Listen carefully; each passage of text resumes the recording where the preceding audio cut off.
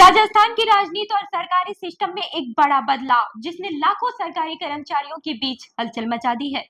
पुरानी पेंशन योजना यानी कि ओपीएस को लेकर गहलोत सरकार के फैसले पर अब एक नया मोड़ आया है। जो पहले एक लोक लुभावन स्कीम मानी जा रही थी, अब वही ओपीएस नीति नई सरकार के सामने एक भारी आर्थिक बोझ बनती दिख रही है। और अब राज्य सरकार ने इसमें बड़ा नीतिगत यू टर्न ले लिया है। तो चलिए जानते हैं इस खबर को विस्तार से। नमस्कार, मैं हूं रूबी सिंह और आप देख रहे हैं पीआरपी न्यूज।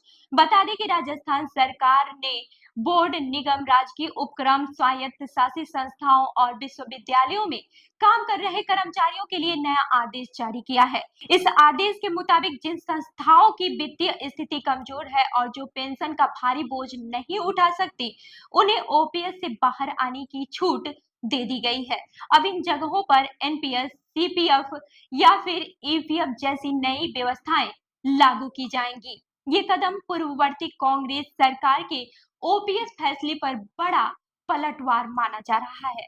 दरअसल गहलोत सरकार ने अप्रैल 2023 में ओपीएस को फिर से लागू कर दिया था, जिसे कर्मचारियों में भारी खुशी थी। लेकिन अब जब आर्थिक दबाव बढ़ा है, तो इस योजना को ढीले तरीके से सीमित करने का रास्ता निकाल लिया गया है।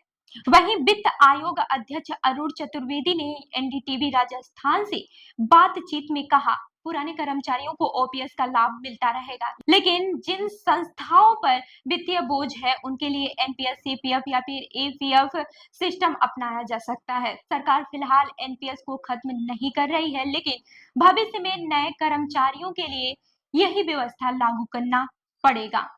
वहीं सरकार का कहना है कि ये फैसला उन संस्थाओं के लिए राहत है जो ओपीएस का वित्तीय बोझ नहीं झेल सकती, मगर आर्थिक विश्लेषकों के मुताबिक ये राजस्थान सरकार का फाइनेंशियल बैलेंस सुधारने की दिशा में पहला ठोस कदम है। इसी बातचीत में अरुण चतुर्वेदी ने सीएजी की ताजा रिपोर्ट पर भी प्रतिक्रिया दी। उन्होंने माना कि स्वास्थ्य ढांचे पर जो चिंताएं जताई गई हैं वे सही है। उन्होंने कहा, हेल्थ सिस्टम सिर्फ शहरों में अस्पताल खोलने तक सीमित नहीं होना चाहिए।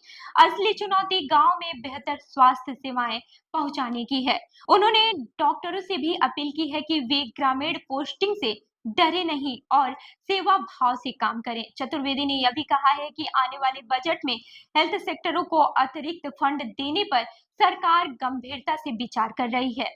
हालांकि राजस्थान में ओपीएस पर ये नया आदेश न सिर्फ कर्मचारियों के लिए झटका है, बल्कि सरकार के आर्थिक संतुलन का संकेत भी है। यानी आने वाले दिनों में राजस्थान का पेंशन मॉडल और हेल्थ बजट दोनों ही राज्य की नीति दिशा तय करने वाले मुद्दे बन सकते हैं।